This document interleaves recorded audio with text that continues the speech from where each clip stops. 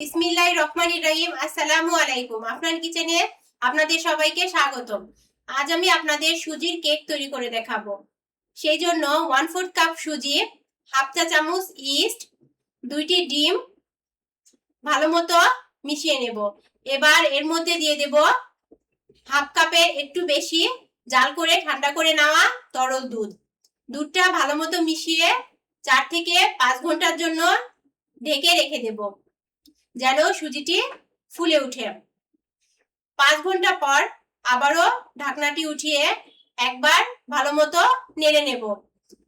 এবার এর মধ্যে 1/3 কাপ চিনি, 2 চা চামচ গুঁড়ো দুধ, 1/4 কাপ আবারও জাল করে নেওয়া ঠান্ডা তরল দুধ, 1 চা চামচ লেবুর রস,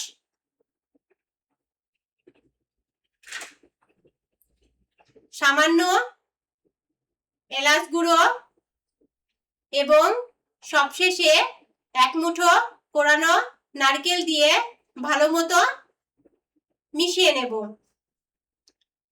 এখন যে পাত্রে আপনারা ভাপিয়ে নেবেন সেই পাত্রে সামান্য ঘি মাখিয়ে মিশ্রণটি ঢেলে দেব, সামান্য একটু ফাঁকা রেখে, যেন উপরটি ফুলে ওঠে।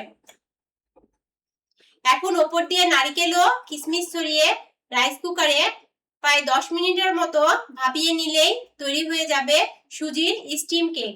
এই কেকটা বাচ্চা থেকে বড় সবাই খুবই পছন্দ করে, তাই আপনারা বাড়িতে ট্রাই করে দেখতে পারেন। আফরান কিচেনের সাথে থাকার জন্য অসংখ্য ধন্যবাদ। আল্লাহ হাফেজ।